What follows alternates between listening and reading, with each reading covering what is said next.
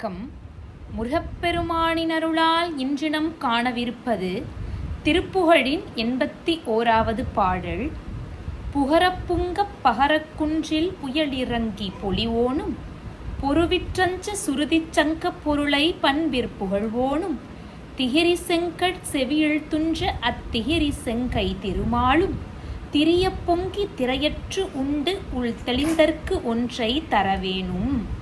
புள்ளிகள் உடையதும் தூய்மையானதும் அழகியதுமான மலையை ஒத்த ஐராவத யானையின் மேலும் மேகத்தின் மேலும் தங்கி பொழிகின்ற தேவேந்திரனும் இணையற்றதும் எல்லா கலைகளுக்கும் தஞ்சமானதுமாகிய வேதத் தொகுப்புக்களின் பொருளை முறையாக மொழிபவராகிய பிரமதேவனும் மலை போன்றதும் செம்மை பண்புடையதுமான ஆதிசேஷன் மீது துயின்ற அந்த செங்கையில் சக்கராயுதத்தை ஏந்திய நாராயணமூர்த்தியும் தமக்கு இந்த உபதேசம் கிடைக்கவில்லையே என்று இங்கும் அங்கும் தெரிந்திடவும் உவகை பொங்கி உள்ளத்தில் எண்ண அலைகள் நீங்கி சிவன் அனுபவத்தை உட்கொண்டு என் உள்ளம் தெளியுமாறு ஒரு மொழியை உபதேசித்து அருள வேண்டும் முருகப்பெருமானே என்று கேட்கிறார் நம் அருணகிரியார்.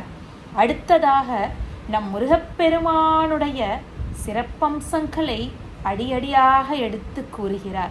தகர்த்து அந்த சிகரத்து ஒன்றி தடனற் கஞ்சத் துறைவோனே, தகரா காசமாக இருந்து அழகிய தேவசீரோ முடியாம் பேரிடத்தில் பொருந்தி அகன்ற நல்லிடமான இதயக் கமலத்தில் வீற்றிருப்பவனே, ஆன்மாக்களின் இதயத் தாமரைக்கு நடுவே ஞானமயமாக விளங்கும் அந்த நிலையை தகரா காசம் என கூறுவார்கள்.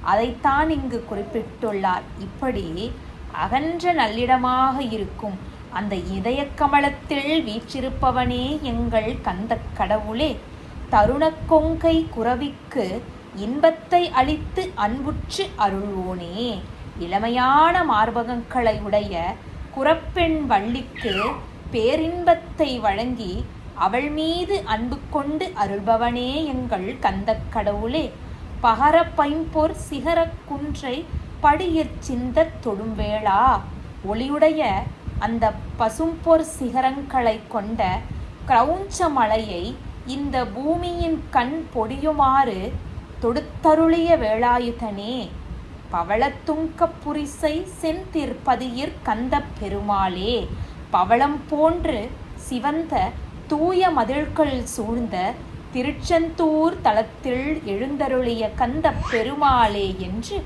இந்த பாடலை நிறைவு செய்கிறார். நன்றி.